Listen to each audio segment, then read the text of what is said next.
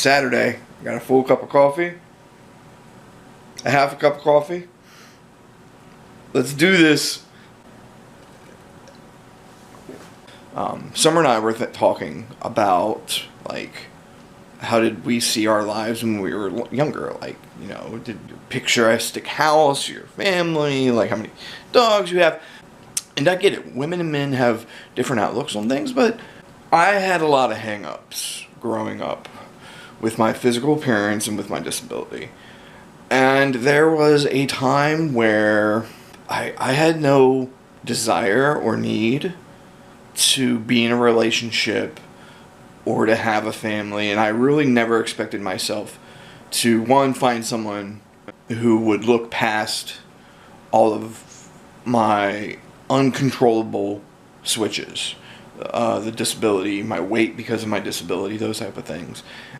So I never really was like, oh, I'm going to get married one day, and I'm going to have like X amount of kids, and, you know, I never got hung up on that kind of stuff. And in all honesty, I had shifted into a position of, I'm going to be single for the rest of my life, and I'm okay with that. A lot of that had to do with, like, okay, so my first real relationship, the summer between junior and senior year, I met up with a girl who I had known years before.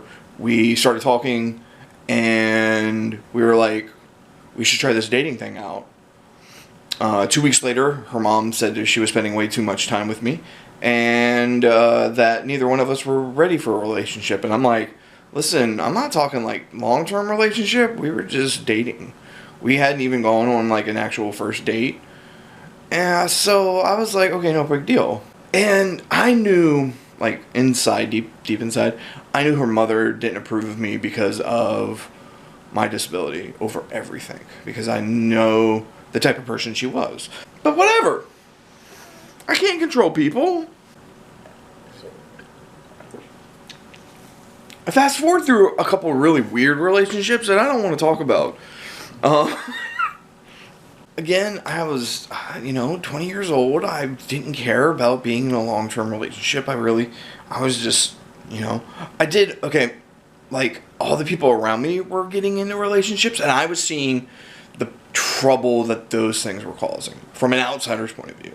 I saw the stress that both sides were having because of whatever reasons, and I saw it in different relationships, and I'm like, I don't need that kind of stress in my life. I got enough problems as it is. Like, some mornings I don't have enough coffee. And then summer came into my life, and I'm like, okay, I'll just, relationship, whatever, I'll give it a shot. And the longer our relationship went, the more I started going, I could see me being with her for more than just, like, a year or two. Like, this is different than my previous relationships. This is definitely different. This is nothing like what I've had before in any of my relationships. And then we broke up, and I was okay with that because I was like, okay, it's just it's like another chapter in my life, and, I'll get through it. And from my point of view, I was okay with her going back to who she was with. I understood the reasoning and the purposes and stuff behind it, so I was okay with that. And I was slowly starting to move on, and then everything kind of just got turned on its head. I don't know if we've ever talked about it on a vlog, and I guess I'm gonna have to ask her if we've ever talked about it on a vlog, because it's just a part of our story. But when her life started falling apart, I was there to help her pick it back up. Not because I was trying to be in a relationship with her, but because I was being a friend. You hear all these stories about guys being put in these friend zone positions. If I have feelings for you, and all you need out of me is a friendship, and I can't get my head out of that, that's on me as a person. If guy A and girl A are friends, and girl A and guy B start dating, and guy A feels like he's never going to get out of this friendship zone, then that's on guy A. Okay? That's his fault. No one else's. Get your head out of your ass. So I was there as a friend. And I wasn't trying to make it any more than that. I wasn't trying to push relationship. I was okay with us just being friends. Did it develop into more? Yeah, we're married now. You know, we've been married since '03. We have 2 kids, you know? And then when we got married, we talked a lot about it, about wanting a lot of kids and wanting to have this, like, really big family. Not because that's something that, like, I had, a pure desire for, but I was okay with. Like, it wasn't something that I felt against. You know, Summer was like, I want a big family. And I was like, cool, let's have a big family. I wasn't like, no, I only want, like, 1.5 kids and a dog. You know, I wasn't that type of person. I'm not that type of person. So we, we have 2 kids right now. We have 2 beautiful, healthy children. And I'm okay with that. And if we have 80 more, we have 80 more. If we have no more, we have no more. So, like, I look back at, like, me growing up. I've always been a loner. And I think that's why I thought it was so easy for me to just check out of that, like, long-term relationship box. Like, I didn't need a long-term relationship to define who I am.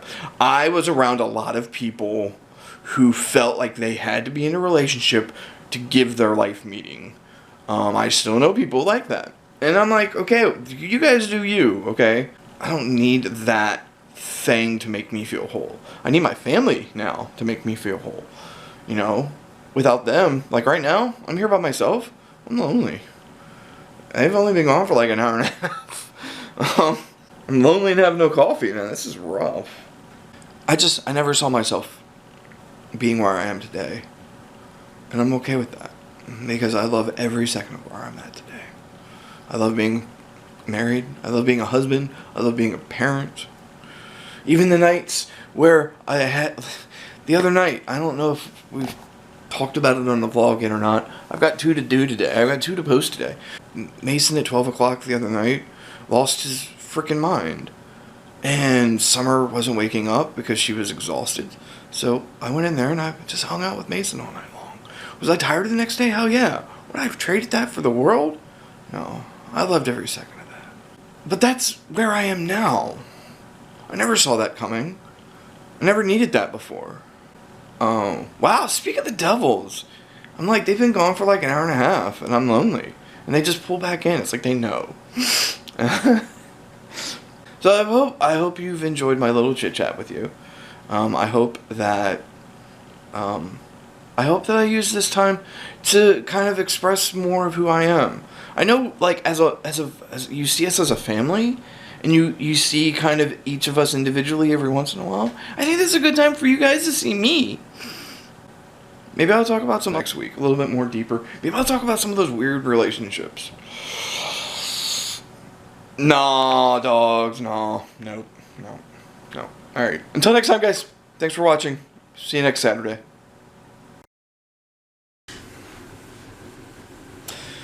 Alright, you know what? I think I'm going to wait for the dryer to turn off, because the thumping is driving me crazy.